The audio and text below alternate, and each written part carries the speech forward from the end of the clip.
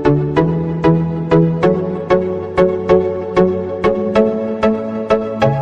है आप सबों का एसपी मैथमेटिक्स मोटिवेशन क्लास में। और आज की इस वीडियो में हम लोग पढ़ने वाले हैं 10th क्लास का प्रश्नावली 12.3 का क्वेश्चन नंबर 40। इसके पहले क्वेश्चंस का वीडियो अगर आपने नहीं देखा है तो लिंक डिस्क्रिप्शन में दिया गया है, वीडियो जरूर देख लें। और अगर आप इस चैनल में नए हैं तो इस चैनल को लाइक और सब्सक्राइब करना ना भूलें, ताकि आपको हर नई वीडियो की जानकारी जल्द से जल्द मिल सके। तो चलिए 40 नंबर क्वेश्चन बनाते हैं। क्वेश्चन मैंने लिखा नहीं, थोड़ा सा बड़ा है। क्या है, AB और CD केंद्र O त्रिज्याओं 21 सेंटीमीटर और 7 सेंटीमीटर वाले दो संकेंद्रीय वृत्तों के क्रमशः दो चाप है। देखिए ये AB और CD क्या है, O केंद्र वाले वृत्त के दो क्या है, दो संकेंद्रीय वृत्तों के दो चाप है। तो और क्या दिया, कौन AOB, ये कौन दिया है 30 डिग्री। तो हमें छायांकित भाग का क्षेत्रफल निकालना। तो ये क्या है, छायांकित भाग, इसका हमें क्षेत्रफल निकालना। तो देखिए यहाँ पे दो चीज है।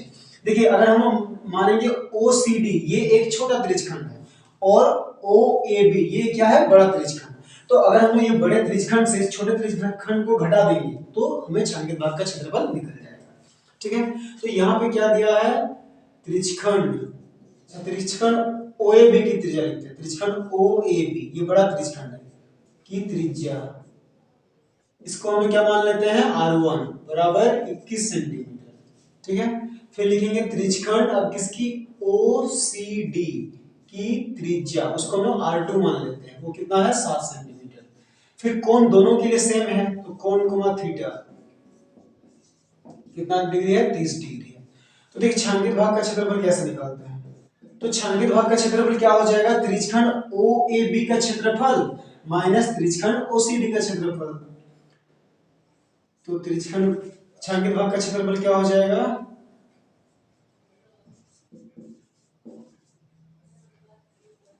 त्रिज्यखंड OAB का क्षेत्रफल माइनस क्या हो जाएगा, त्रिज्यखंड OCD का क्षेत्रफल।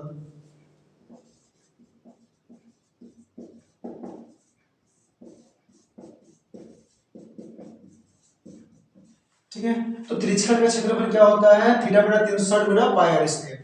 तो थीटा बटा 360 लिखेंगे गुना पाई।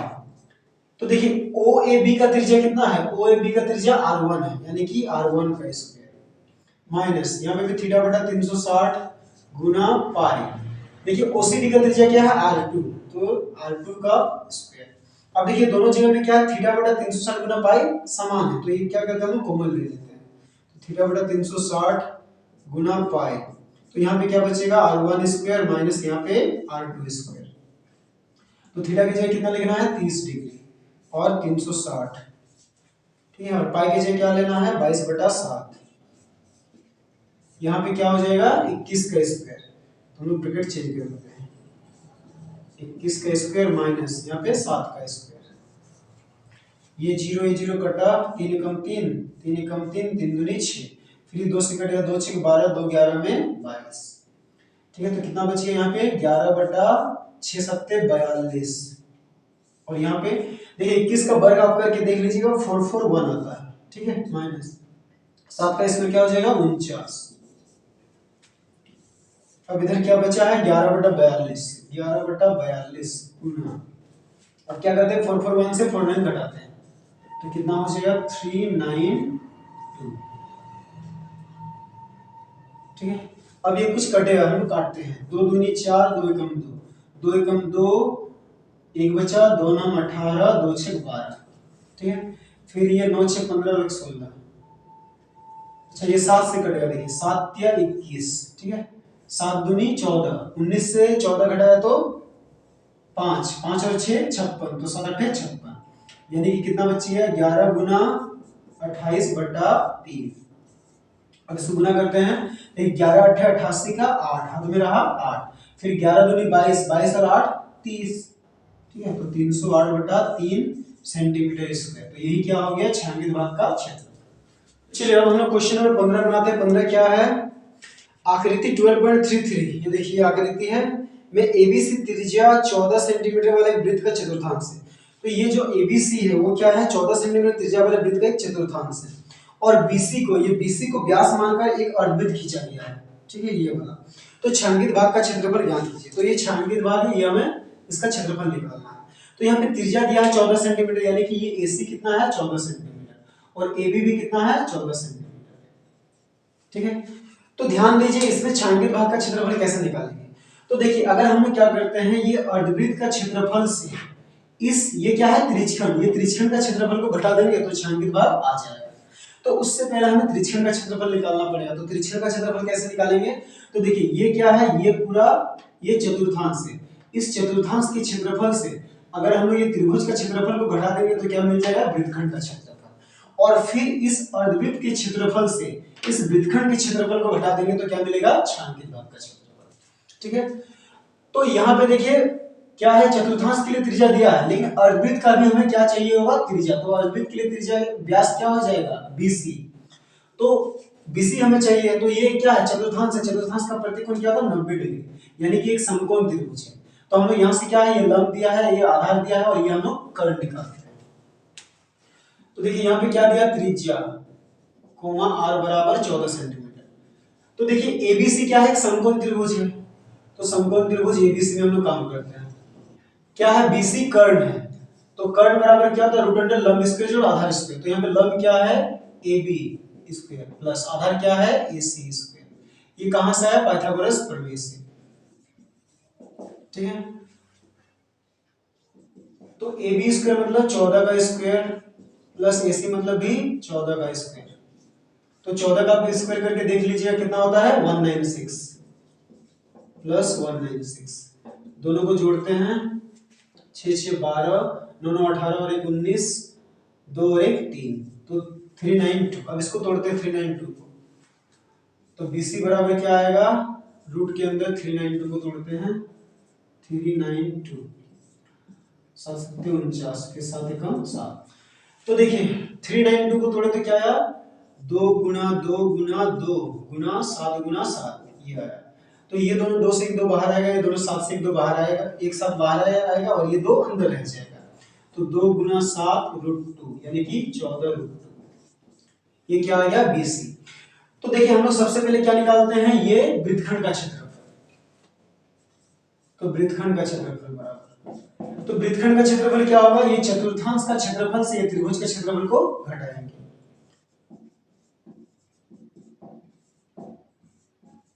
चतुर्थांश का क्षेत्रफल माइनस क्या हो जाएगा, त्रिभुज ABC का क्षेत्रफल।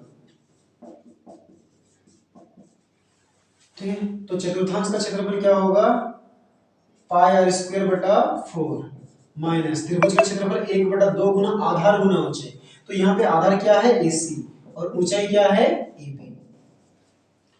तो पाई की जगह लिखना है 22 बटा 7, नीचे 4 है और r स्क्वायर, r कितना है 14, 14 गुना 14 माइनस यहाँ पे 1 बटा 2, AC भी 14 है और AB भी 14 है। ठीक है, तो ये 7 एकम 7, 7 दूनी 14, फिर ये 2 एकम 2, 2 दूनी 4, फिर ये 2 एकम 2, 2 11 में 22, यहाँ पे 2 एकम 2, 2 सत्ते 14।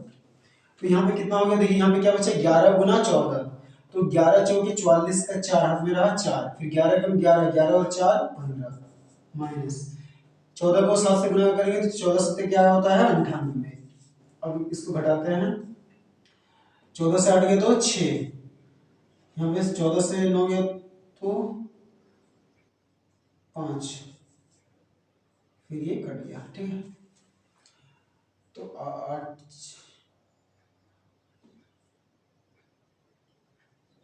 ठीक है, तो कितना आ गया, 56 सेंटीमीटर स्क्वायर। तो 56 क्या है, वृत्तखंड का क्षेत्रफल। अब छायांकित भाग का क्षेत्रफल के लिए हम क्या करेंगे, अर्धवृत्त का क्षेत्रफल से इसको माइनस कर देंगे। तो अर्धवृत्त का व्यास कितना आया पता है, तो देखिए अर्धवृत्त का व्यास बराबर है 14 रूट 2। ठीक है, तो यहां से पहले अर्धवृत्त का हम लोग क्षेत्रफल निकालते हैं, सॉरी अर्धवृत्त की त्रिज्या क्या हो जाएगा, 14 रूट 2 बटा 2, 2 एकम 2, 2 सत्ते 14 यानी कि 7 रूट 2। तो ये क्या होगी, अर्धवृत्त की त्रिज्या। अब हम लोग छायांकित भाग का क्षेत्रफल निकालते हैं। देखिए छायांकित भाग का क्षेत्रफल क्या होगा, अर्धवृत्त का क्षेत्रफल माइनस वृत्तखंड का क्षेत्रफल। तो देखिए अर्धवृत्त का क्षेत्रफल क्या होता है, पाई r स्क्वायर बटा 2 माइनस वृत्तखंड का क्षेत्रफल हमने कितना निकाला है, 56। अब देखिए पाई की जगह लिखते हैं 22 बटा 7, नीचे 2 है और आर स्क्वायर। देखिए अर्धवृत्त के लिए त्रिज्या कितना है 7√2, यानी कि 7√2 गुना 7√2 माइनस कितना हो गया 56। ये कटेगा 2 एकम 2, 2 11 में 22, फिर ये 7 एकम 7, 7 एकम 7। तो यहाँ पे कितना बचा देखिए 11 सत्ते 77, 77 गुना ये √2 2 माइनस 56, ठीक है। तो 7 दूनी 14, 7 दूनी 14 15 माइनस 56। तो 14 से 6 गया तो 8, फिर यहाँ पे 9, ठीक है, इतना सेंटीमीटर स्क्वायर। तो यही क्या हो गया छायांकित भाग का क्षेत्र। चलिए अब हम लास्ट क्वेश्चन बनाते हैं इस चैप्टर का। 16 नंबर क्या है, आकृति में देखिए छायांकित डिजाइन का क्षेत्रफल ज्ञात कीजिए जो 8 सेंटीमीटर त्रिज्याओं वाले दो वृत्तों के चतुर्थांशों के बीच उभयनिष्ठ है। तो देखिए ये क्या है 8 सेंटीमीटर त्रिज्या वाला चतुर्थांश। चतुर्थांश देखिए कहां से, यहां से, ये केंद्र है, ये त्रिज्या है और ये त्रिज्या है, और ये वाला जो चाप है ये मिलके एक चतुर्थांश बना रहा है। और दूसरा चतुर्थांश क्या है, देखिए ये त्रिज्या है, ये त्रिज्या है और ये चाप है। तो दो चतुर्थांश के बीच क्या है, ये छायांकित भाग है, और ये एक क्या है, एक आयत भी है। तो देखिए हम लोग कैसे निकालेंगे इसमें छायांकित भाग का क्षेत्रफल। तो देखिए जब हम लोग इस चतुर्थांश का क्षेत्रफल निकाल रहे हैं तो ये भाग पूरा आ रहा है, और जब इस चतुर्थांश का क्षेत्रफल निकाले तो भी ये भाग क्या आ रहा है, पूरा आ रहा है, दो बार आ रहा है। यानी कि जब हम लोग दोनों का निकाल रहे हैं तो उसमें वर्ग का क्षेत्रफल आ रहा है और ये भाग दो बार आ जा रहा है। तो हम लोग क्या करेंगे, ये दोनों चतुर्थांशों के क्षेत्रफलों के योग से हम लोग अगर वर्ग का क्षेत्रफल को घटा देंगे तो हमें छायांकित भाग का क्षेत्रफल निकल जाएगा। तो यहाँ पे क्या दिया है, वर्ग की भुजा कितना है 8 सेंटीमीटर, फिर चतुर्थांश की त्रिज्या वो भी कितनी है 8 सेंटीमीटर, ठीक है। अब देखते हैं छायांकित क्या बोला है, डिजाइन का क्षेत्रफल।